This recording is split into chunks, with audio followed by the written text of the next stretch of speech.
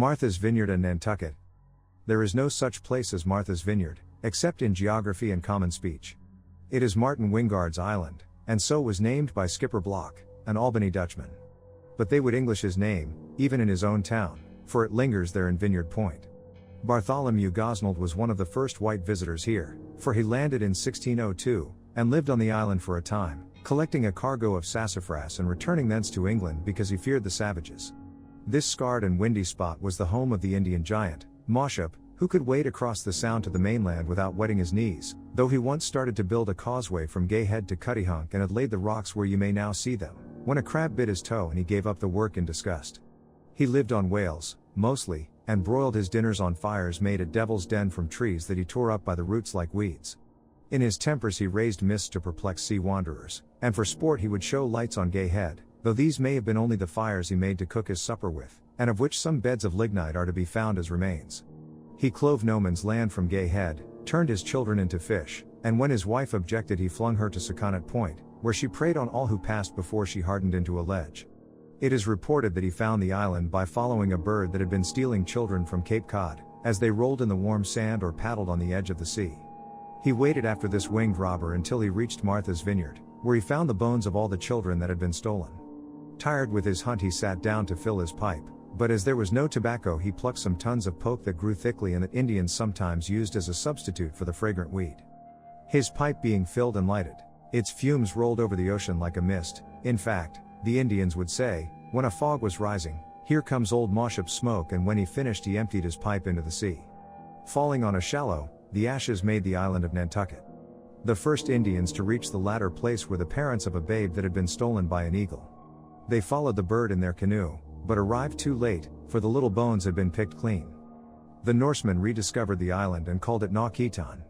Is Nantucket a corruption of that word, or was that word the result of a struggle to master the Indian name? Love and Treason. The tribes that inhabited Nantucket and Martha's Vineyard before the whites settled the country were constantly at war, and the people of the western island once resolved to surprise those of Nantucket and slay as many as possible before they could arm or organize for battle. The attack was to be made before daybreak, at an hour when their intended victims would be asleep in their wigwams, but on rowing softly to the hostile shore, while the stars were still lingering in the west, the warriors were surprised at finding the enemy alert and waiting their arrival with bows and spears in hand. To proceed would have been suicidal, and they returned to their villages, puzzled and disheartened. Not for some years did they learn how the camp had been apprised, but at the end of that time, the two tribes being at peace, one of their young men married a girl of Nantucket, with whom he had long been in love, and confessed that on the night preceding the attack he had stolen to the beach, crossed to Nantucket on a neck of sand that then joined the islands, and was uncovered only at low tide, sought his mistress, warned her of the attack, that she, at least, might not be killed. Then, at a mad run, with waves of the rising tide lapping his feet, he returned to his people, who had not missed him. He set off with a grave and innocent face in the morning, and was as much surprised as anyone when he found the enemy in arms. The Headless Skeleton of Swamptown. The boggy portion of North Kingston, Rhode Island, known as Swamptown, is of queer repute in its neighborhood, for Hell Hollow, Pork Hill, Indian Corner, and Kettle Hole have their stories of Indian crimes and witch meetings. Here the headless figure of a Negro boy was seen by a belated traveler on a path that leads over the hills. It was a dark night and the figure was revealed in a blaze of blue light. It swayed to and fro for a time, then rose from the ground with a lurch and shot into space, leaving a trail of illumination behind it. Here, too, is Goose Nest Spring, where the witches dance at night. It dries up every winter and flows through the summer, gushing forth on the same day of every year, except once, when a goose took possession of the empty bed and hatched her brood there. That time the water did not flow until she got away with her progeny. But the most gruesome story of the place is that of the Indian whose skull was found by a road mender. This unsuspecting person took it home, and, as the women would not allow him to carry it into the house, he hung it on a pole outside. Just as the people were starting for bed, there came a rattling at the door, and, looking out of the windows, they saw a skeleton stalking around in quick and angry strides, like those of a person looking for something. But how could that be when the skeleton had neither eyes nor a place to carry them? It thrashed its bony arms impatiently and its ribs rattled like a xylophone. The spectators were transfixed with fear, all except the culprit, who said, through the window, in a matter-of-fact way, "I left your head on the pole at the back door." The skeleton started in that direction, seized the skull, clapped it into the place where a head should have grown on its own shoulders, and, after shaking its fists in a threatening way at the house, disappeared in the darkness. It is said that he acts as a kind of guard in the neighborhood, to see that none of the other Indians buried there shall be disturbed, as he was. His principal lounging place is Indian Corner, where there is a rock from which blood flows when the moon shines, a memento, doubtless, of some tragedy that occurred there in times before the white men knew the place. There is iron in the soil, and visitors say that the red color is due to that, and that the spring would flow just as freely on dark nights as on bright ones, if any were there to see it, but the natives, who have given some thought to these matters, know better. The Crow and Cat of Hopkinshill, in a wood near Hopkinshill, Rhode Island, is a boulder, 4 feet in diameter, scored with a peculiar furrow. Witch Rock, as it is called, gained its name 2 centuries ago, when an old woman abode in a deserted cabin close by and made the forest dreaded. Figures were seen flitting through its shadows. Articles left out o' nights in neighboring settlements were missing in the morning, though tramps were unknown. Cattle were afflicted with diseases. Stones were flung in at windows by unseen hands. Crops were blighted by hail and frost. And in stormy weather the old woman was seen to rise out of the woods and stir and push the clouds before her with a broom. For 100 yards around Witch Rock the ground is still accursed, and any attempt to break it up is unavailing. Nearly a century ago a scoffer named Reynolds declared that he would run his plow through the enchanted boundary, and the neighbors watched the attempt from a distance. He started well, but on arriving at the magic circle the plow shied and the wooden landside, or chip, as it was called, came off. It was replaced and the team started again. In a moment the oxen stood unyoked, while the chip jumped off and whirled away out of sight. On this, most of the people edged away in the direction of home, and directly there came from the north a crow that perched on a dead tree and cawed. John Hopkins, owner of the land, cried to the bird, "Squawk, you damned old Pat Jenkins." And the crow took flight, dropping the chip at Reynolds's feet, at the same moment turning into a beldam with a cocked hat, who descended upon the rock. Before the men could reach her she changed into a black cat and disappeared in the ground. Hunting and digging came to naught, though the pursuers were so earnest and excited that one of them made the furrow in the rock with a welt from his shovel. After that few people cared to go near the place.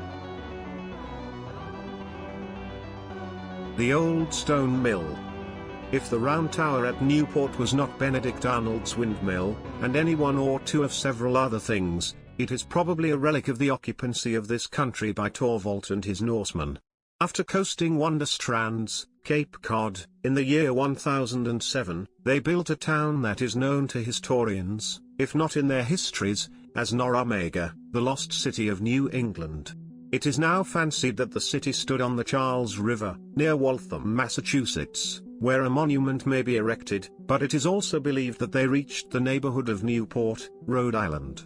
After this tower, popularly called the Old Stone Mill, was built, a seer among the Narragansetts had a vision in which he foresaw that when the last remnant of the structure had fallen, and not one stone had been left on another, the Indian race would vanish from this continent. The work of its extermination seems, indeed, to have begun with the possession of the coast by white men, and the fate of the Aborigines is easily read. Origin of a name. The origin of many curious geographical names has become an object of mere surmise, and this is the more the pity because they suggest such picturesque possibilities. We would like to know, for instance, how Burnt Coat and Smutty Nose came by such titles. The conglomerate that strews the fields south of Boston is locally known as Roxbury Pudding Stone, and, according to Dr. Holmes, the masses are fragments of a pudding, as big as the State House dome, that the family of a giant flung about, in a fit of temper, and that petrified where it fell. But that would have been called pudding stone, anyway, from its appearance. The circumstance that named the reef of Norman's Woe has passed out of record, though it is known that Goodman Norman and his son settled there in the 17th century. It is Longfellow who has endowed the rock with this legend, for he depicts a wreck there in the fury of a winter storm in 1680, the wreck of the Hesperus, Richard Norman, master, from which went ashore next morning the body of an unknown and beautiful girl, clad in ice and lashed to a broken mast. But one of the oddest preservations of an appositting name is found in the legend of Point Judith, Rhode Island, an innocent double entendre. About 2 centuries ago a vessel was driving toward the coast in a gale, with rain and mist. The skipper's eyes were old and dim, So he got his daughter Judith to stand beside him at the helm, as he steered the vessel over the foaming surges. Presently she cried, "Land, father! I see land." "Where away?" he asked. But he could not see what she described, and the roar of the wind drowned her voice, so he shouted, "Point, Judith! Point!" The girl pointed toward the quarter where she saw the breakers, and the old mariner changed his course and saved his ship from wreck. On reaching port he told the story of his daughter's readiness, and other captains, when they passed the cape in later days, gave to it the name of Point Judith. Micah Rood apples. In western Florida they will show roses to you that drop red dew, like blood, and have been doing so these many years, for they sprang out of the graves of women and children who had been cruelly killed by Indians. But there is something queerer still about the Micah Rood, or Mike, apples of Franklin, Connecticut, which are sweet, red of skin, snowy of pulp, and have a red spot, like a blood drop, near the core, hence they are sometimes known as bloody hearts. Micah Rood was a farmer in Franklin in 1693, though avaricious he was somewhat lazy, and was more prone to dream of wealth than to work for it, but people whispered that he did some hard and sharp work on the night after the peddler came to town, the slender man with a pack filled with jewelry and knickknacks, because on the morning after that visit the peddler was found, beneath an apple tree on Rood Farm, with his pack rifled and his skull split open. Suspicion pointed at Rood, and, while nothing was proved against him, he became gloomy, solitary, and morose, keeping his own counsels more faithfully than ever, though he never was disposed to take counsel of other people. If he had expected to profit by the crime he was obviously disappointed, for he became poorer than ever, and his farm yielded less and less. To be sure, he did little work on it. When the apples ripened on the tree that had spread its branches above the peddler's body, the neighbors wagged their heads and whispered the more, for in the center of each apple was a drop of the peddler's blood, a silent witness and judgment, they said, and the result of a curse that the dying man had invoked against his murderer. Micah Rood died soon after, without saying anything that his fellow villagers might be waiting to hear, but his tree is still alive and its strange fruit has been grafted on hundreds of orchards. A dinner and its consequences. The Nipmucks were populous at Thompson, Connecticut, where they skillfully tilled the fields, and where their earthworks, on Fort Hill, provided them with a refuge in case of invasion. Their chief, Quinitisset, had his lodge on the site of the Congregational Church in Thompson. They believed that Chagogagman-Chogagog Pond was paradise, the home of the Great Spirit and departed souls, and that it would always yield fish to them, as the hills did game. They were fond of fish, and would barter deer meat and corn for it, occasionally, with the Narragansetts. Now, these last-named Indians were a water-loving people, and to this day their fishing fire, a column of pale flame, rises out of Quinnebag Lake once in 7 years, as those say who have watched beside its waters through the night. Knowing their fondness for bluefish and clams, the Narragansetts asked the Nipmucks to dine with them on one occasion, and this courtesy was eagerly accepted, the up-country people distinguishing themselves by valiant trencher deeds. But, alas, that it should be so, they disgraced themselves when, soon after, they invited the Narragansetts to a feast of venison at Killingly, and quarrelled with their guests over the dressing of the food. This rumpus grew into a battle in which all but 2 of the invites were slain. Their hosts buried them decently, but grass would never grow above their graves. This treachery the Great Spirit avenged soon after, when the Nipmucks had assembled for a powwow, with accessory enjoyments, in the grassy vale where Mashopog Lake now reflects the charming landscape, and where, until lately, the remains of a forest could be seen below the surface. In the height of the revel the god struck away the foundations of the hills, and as the earth sank bearing the offending men and women, waters rushed in and filled the chasm, so that every person was drowned, save one good old woman beneath whose feet the ground held firm. Loon Island, where she stood, remains in sight today. The New Haven storm ship. In 1647 the New Haven colonists, who even at that early day exhibited the enterprise that has been a distinguishing feature of the Yankee, sent a ship to Ireland to try to develop a commerce, their trading posts on the Delaware having been broken up by the Swedes. When their agent, Captain Lamberton, sailed, in January, the harbor was so beset with ice that a track had to be cut through the floes to open water, 5 miles distant. She had, moreover, to be dragged out stern foremost, an ill omen, the sailors thought, and as she swung before the wind a passing drift of fog concealed her, for a moment, from the gaze of those on shore, who, from this, foretold things of evil. Though large and new, the ship was so walty inclined to roll, that the captain set off with misgiving, and as she moved away the crew heard this solemn and disheartening invocation from a clergyman on the wharf: "Lord, if it be thy pleasure to bury these, our friends, in the bottom of the sea, take them, they are thine, save them." Winter passed, so did spring, still the ship came not. But one afternoon in June, just as a rain had passed, some children cried, "There's a brave ship." 4. Flying up the harbor, with all sails set and flaunting colors, was a vessel the very mold of our ship, the clergyman said. Strange to tell, she was going flat against the wind, no sailors were on her deck, she did not toss with the fling of the waves, there was no ripple at her bow. As she came close to land, a single figure appeared on the quarter, pointing seaward with a cutlass, then suddenly her main top fell, her masts toppled from their holdings, the dismantled hulk careened and went down. A cloud dropped from heaven and brooded for a time above the place where it had vanished, and when it lifted, the surface of the sea was empty and still. The good folk of New Haven believed that the fate of the absent ship had been revealed, at last, for she never came back and Captain Lambert was never heard from. The Windam Frogs. On a cloudy night in July, 1758, the people of Windam, Connecticut, were awakened by screams and shrill voices. Some sprang up and looked at the priming of their muskets, for they were sure that the Indians were coming. Others vowed that the voices were those of witches or devils, flying overhead. A few ran into the streets with knives and firearms, while others fastened their windows and prayerfully shrank under the bedclothes. A notorious reprobate was heard blubbering for a Bible, and a lawyer offered half of all the money that he had made dishonestly to any charity if his neighbors would guarantee to preserve his life until morning. All night the greatest alarm prevailed. At early dawn an armed party climbed the hill to the eastward, and seeing no sign of Indians or other invaders, returned to give comfort to their friends.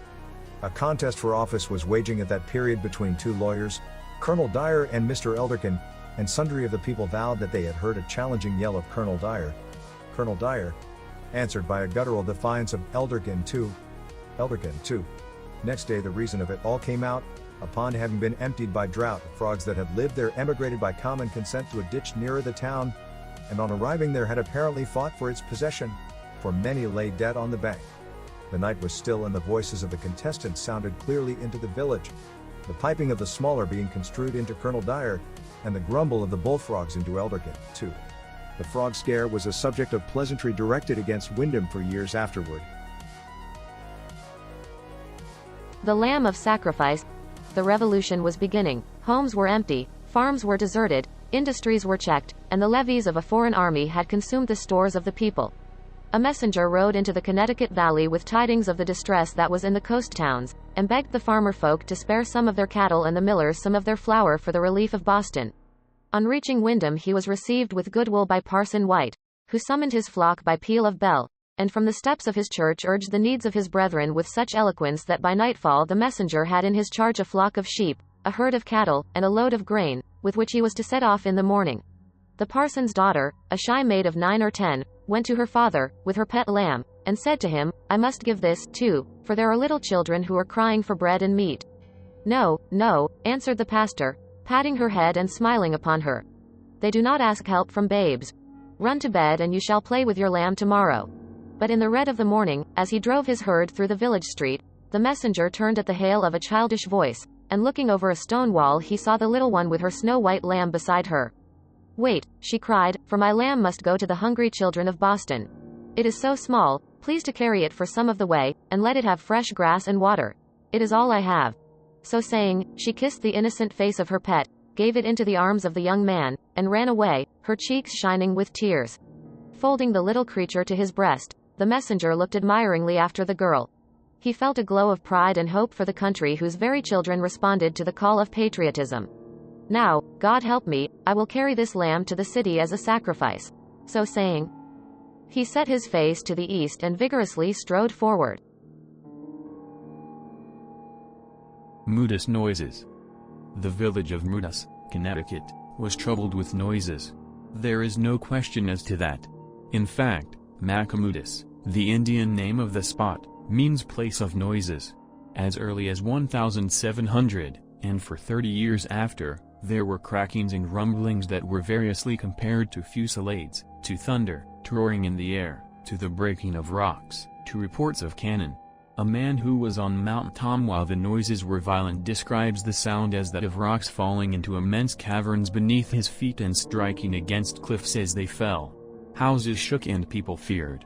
Reverend Mr. Hosmer, in a letter written to a friend in Boston in 1729, says that before white settlers appeared there was a large Indian population, that powwows were frequent, and that the natives drove a prodigious rate at worshipping the devil.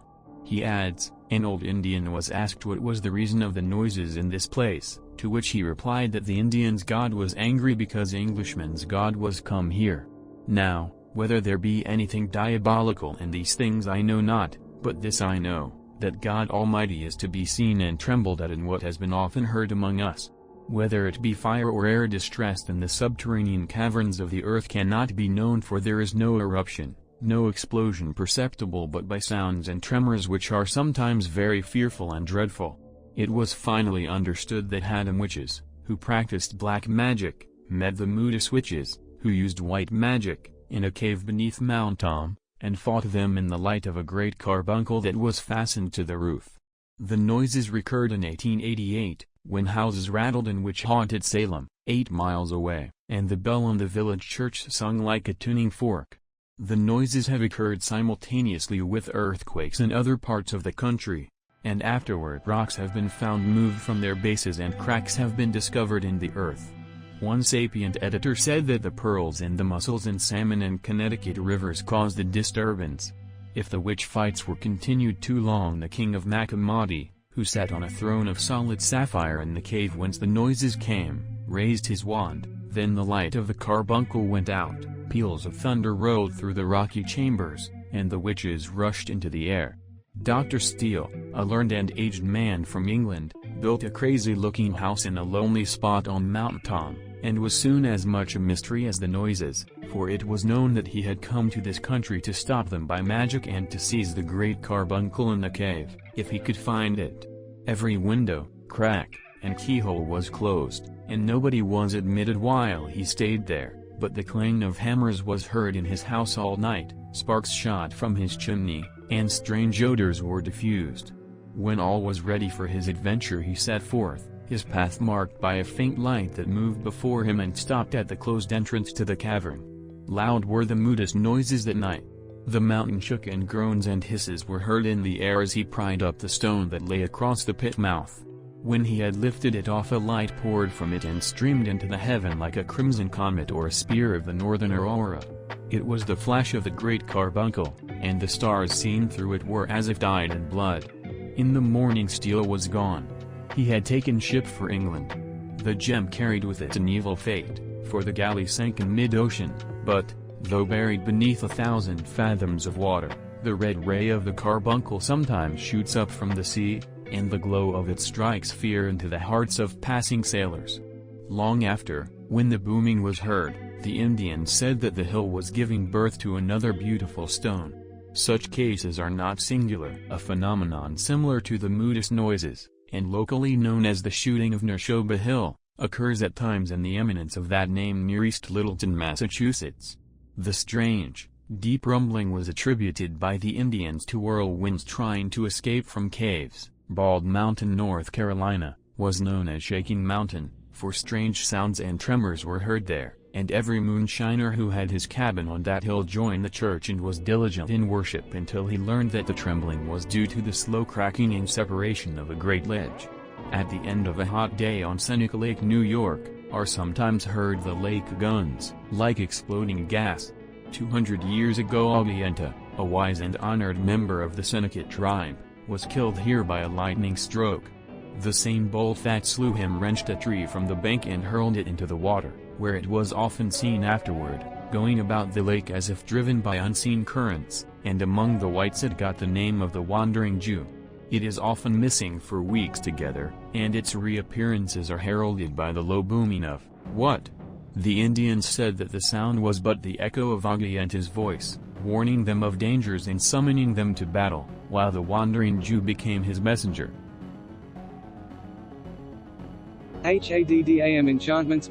When witchcraft went rampant through New England, the Connecticut town of Haddam owned its share of ugly old women, whom it tried to reform by lectures and ducking, instead of killing. It was averred that Goody so-and-so had a black cat for a familiar, that Dame Nuss and Nuss rode on a broomstick on stormy nights and screeched and gibbered down the farmhouse chimneys, and there were dances of old crones at Devil's Hop Yard, Witch Woods, Witch Meadows, Giant's Chair, Devil's Footprint, and Dragon's Rock. Farmers were especially fearful of a bent old hag in a red hood, who seldom appeared before dusk, but who was apt to be found crouched on their doorsteps if they reached home late. Her mole-covered cheeks wrinkled with a grin, 2 yellow fangs projecting between her lips, and a light shining from her eyes that numbed all on whom she looked. On stormy nights she would drum and rattle at windows, and by firelight and candlelight her face was seen peering through the panes. At Chapman Falls, where the attrition of a stream had worn potholes in the rocks, there were meetings of Haddam witches, to the number of a dozen. They brewed poisons in those holes, cast spells, and talked in harsh tongues with the archfiend, who sat on the brink of the ravine with his tail laid against his shoulder, like a scepter, and a red glow emanating from his body. In Devil's Hop Yard was a massive oak that never bears leaves or acorns, for it has been enchanted since the time that one of the witches, in the form of a crow, perched on the topmost branch, looked to the 4 points of the compass, and flew away. That night the leaves fell off, the twigs shriveled, sap ceased to run, and moss began to beard its skeleton limbs. The appearance of witches in the guise of birds was no unusual thing, indeed, and a farmer named Blakesley shot one of them in that form.